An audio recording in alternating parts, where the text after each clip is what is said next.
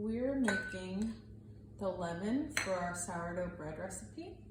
And we've got 50 grams of sourdough starter. We're gonna be using a tablespoon of that, half a cup of all-purpose flour, and a third of a cup of water. I use just tap water, kind of warm tap water. Makes things kind of move along faster. And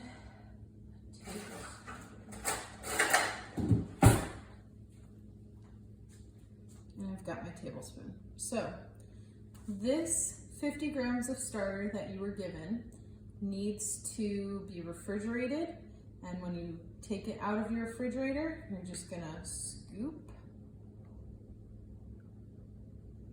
get it off. This one's kind of runny because I let it sit. Yours will probably be thicker. And pour it into your jar. Now the rest of this sourdough starter, you're gonna put back in your fridge just in case for some reason this doesn't turn out right. And so that you can make more starter in the future. Well, it's all starter, but you can make more bread in the future and not have to worry. Okay. Now I'm gonna put my third of a cup of water in. I find that it makes it a little easier when you're putting your flour in.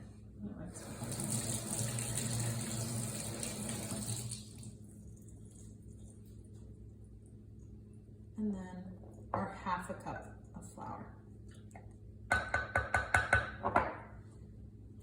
Then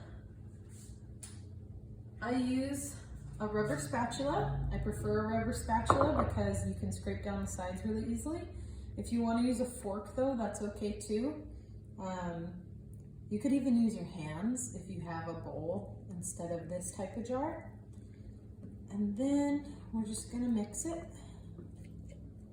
all up till there's no lumps.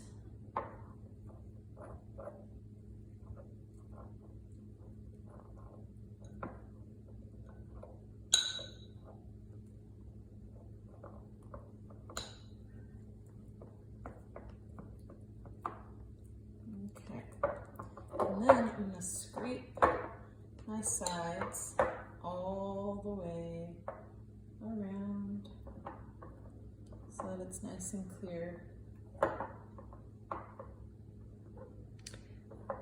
Tay, when you took that little bit of starter you had in the fridge and you put it in the jar, gave it flour and water, is that the part that's called feeding it? Yes, this is feeding your starter. So your starter, what it actually is yeast. And yeast is a live and active culture. So that means it's a live organism. And it likes to eat gluten. And gluten is formed by flour and water coming together. And they make two proteins. One is glutenins, and I don't know what the other one is called. But your sourdough starter loves to eat all of that. So you are feeding a colony of bacteria, good bacteria, healthy bacteria, kind of like yogurt. So if I had my other part, the part in that little container that I'm not using, how long could I keep it in the fridge? Indefinitely. Really? You could keep it in there. You can see, I will show you this big jar behind me where I keep all of my sourdough discard just in case. It's my rainy day jar. Lately I've been using it to make starter for all of you, but we're thankful. Yes, this is my sourdough discard jar. And by the way, kids, that is also your sourdough discard. Well, this sort is of. not No, it's discard necessarily. This wasn't used yet. Huh? Yeah, and discard is just what we call the leftovers. So however much of this is going to be used in your bread, whatever's left over would be called discard because you normally get rid of it. Or you can use it to start your next batch of starter, active starter. Okay. But this has been in the fridge for weeks and months. Sometimes I take it out and start several more starter jars if I'm going to be making a lot of bread. But this sat in the fridge for several months with me adding to it, taking from it at various times, sometimes it not being touched at all for a really long time. You'll notice physical changes when it sits in the fridge. There will usually become a liquid on top. This is a byproduct of your yeast eating up all the gluten. It's actually it's like a sugary thing. It's like not ethanol. it's some sort of nol, which is a suffix for something with sugar, I think, right? Or carbon.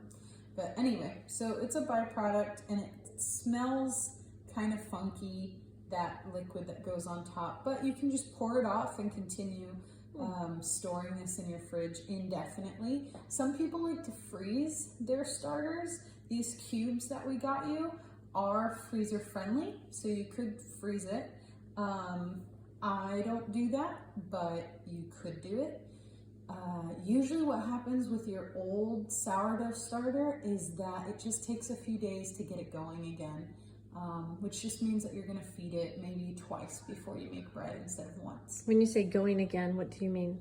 I mean bubbling. Bubbling. Okay, so we always want it to be kind of bubbly before we put it with the rest of the flour in the water that we're going to do, the large amounts of flour and water. Yeah, when you add it to your dough, so that's the last step I want to show you, is you are going to mark your jars so that you can see, I don't see my... See if it grows. Yeah, I don't see my... It's in your special bag over there, the canvas bag. I need a new one anyway, because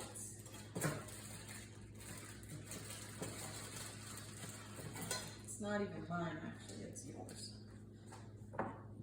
So, I mark... Is it okay to mark it before it's all stirred up? This is all stirred up. Oh, it looked kind of lumpy. I thought maybe not. It's just a dry thing. Okay. Yeah, because this is, this recipe that we're following is using equal parts, approximately, flour and water. So you end up kind of with a drier looking, Could they add more water if they wanted it to be different? You could, but I would be very careful. I would not go much more water than this, because then you can get something that looks soupy like this, and the soupy thing won't bubble as good. It'll bubble maybe a little on the top and a little on the bottom, but that middle part usually just stays kind of flat. And then also what I've noticed with the soupy one is it's like your water bubbles, or your bubbles anyway, that come in your starter, they get kind of a rainbowy look to them. And to me, that's how I know that I've made something with too much water, is that it doesn't look quite right. This, we'll have to just wait and see how it does. Okay, so they have brought home their little starter. They added their flour and water, and now what do they do? Now you've marked your jar, and you're gonna put a loose fitting lid. This lid does not, it's not sealing all the way. It's just sat right on top of there. There's no clips or anything. So it's just gonna sit just like that on your kitchen counter or wherever you can hold it. And it's just gonna sit there for about 6 to 12 hours. Just depends. So it's 5 right now. I'll check it at 11 o'clock at night and take a picture for you. Okay, so that's what students are supposed to do. Take a picture. First picture will be of them just getting all their stuff together. Second picture will be of them getting the starter ready for 12 hours. Okay, we'll make part 2 another time. Thank you, Tay.